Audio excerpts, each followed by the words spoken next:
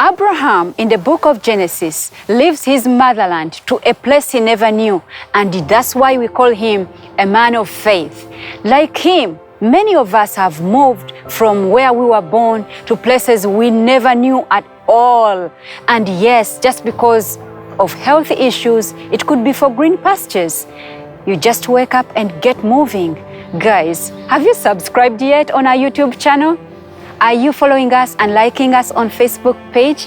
Hey, if you've not done that, please get in there. You're not late. Join me today to be inspired, to be motivated, empowered, and yet we are having fun on our new topic today.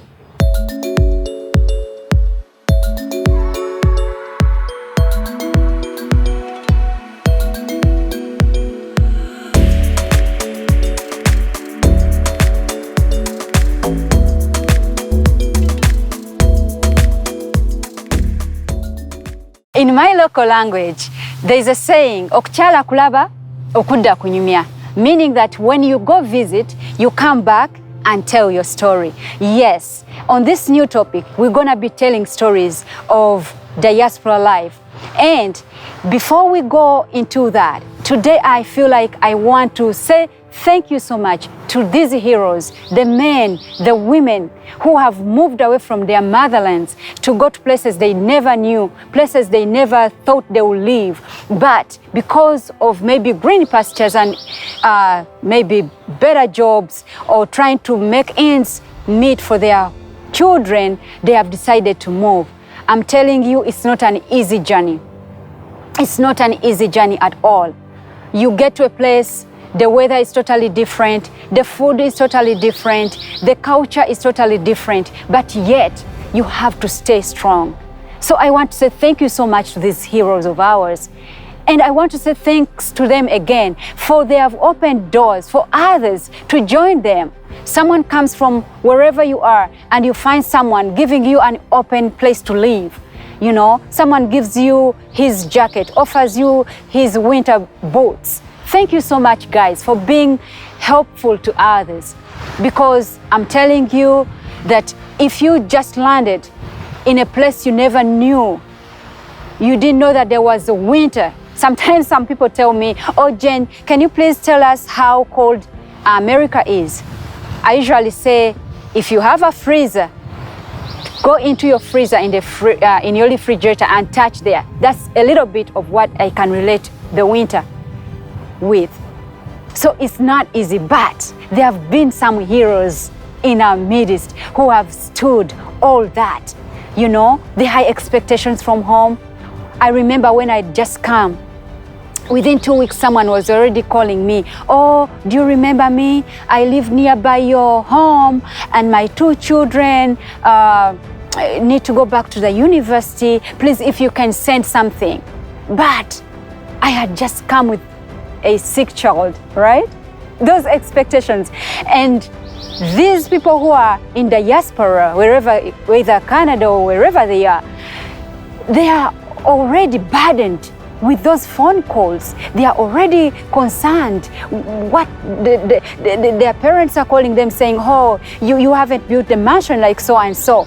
All that, but they have stayed and they are working so hard. So I want to say thank you so much, guys, for standing all the storms that you are making ends meet. As I told you that if you're planning to move from your motherland to another place, there are some things that are really important to note.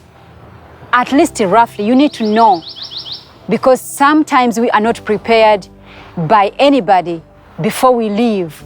All you do is to pack your luggage, you're excited, you get on that plane and go to another place, like we are here in America, or people are in Canada, London, wherever. But, for instance, the culture is very different. The customs and traditions are totally different from those of where you grew from. So at least you need to know roughly about the culture of where you are going. As I arrived here in America, I got to know that eye contact as a way of communication to them, it's very vital. Back where I grew from in Uganda, I could never look in the eye of my mother or my father, that's disrespect. I know it is. But here, if you went to look for a job or you are talking to someone and you are not facing them directly in the eye or looking in the eye, it's not, I mean, that's disrespect to them. So that's why you find maybe, I was like, maybe sometimes we don't get visas to travel just because when we go there, you bow. And you're thinking you're respecting the guy on the other end, giving the visa. But yet, for him or her, this person looks at you as someone who is not sure of what you're telling, you know? And then you end up not being given the visa. Oh, I don't want to talk about the visa part. You know how I keep telling people that getting the visas for more so like for coming to America, it's like it could be maybe easier to go to heaven. Those visas are hard to get, guys. You know, you sell your plot of land, you sell your cows, and guess what? Just because you didn't look in the eye of someone, you might end up not getting that visa. But now you know, if you're planning to travel to, let's say, America, just to know that eye contact is very important in their culture. And also, you need to know about their dressing. Here, mostly during the summer season, you're going to find an adult in a bikini, you know. For them, that's okay. I know if you watch those Nigerian movies, there's a movie, Osofia in London, when Osofia gets a jacket and rushes to this young girl to cover her up. No, you know, this is the way they dress, mostly in the summer. Someone just puts on her short and it's okay. Where I grew up, and a mother, oh my God, you're gonna need what we call gomesi. That's a traditional wear for in the central of Uganda. You put on a long dress. That's the way we dress. But you come here, people are dressing totally different. Don't be amazed when you see that. Get prepared. And also, you need to know that the food is totally different. I don't know about the other places. I'm specifically talking about what I know. For instance, I grew up in a place where we make our local food and put it in banana leaves, cook it for hours, and then eat it. But here, the food, because this is a first world country, everything is fast. The food is fast. They prepare everything in a fast way. And hey, when you come, someone who hosted you is planning to go for work, don't be disappointed or don't feel like, oh, they didn't care for me well. No, this is a place where food is, you know, sometimes it could be microwaved, you know, because someone is rushing to go to work. So the world here is so fast, and the food could be different from what you know, mac and cheese, and maybe you know your yuca, or you're always eating the goose soup. You might not get it, but hey, relax. You get used to the food. And lastly, timekeeping, time management, guys.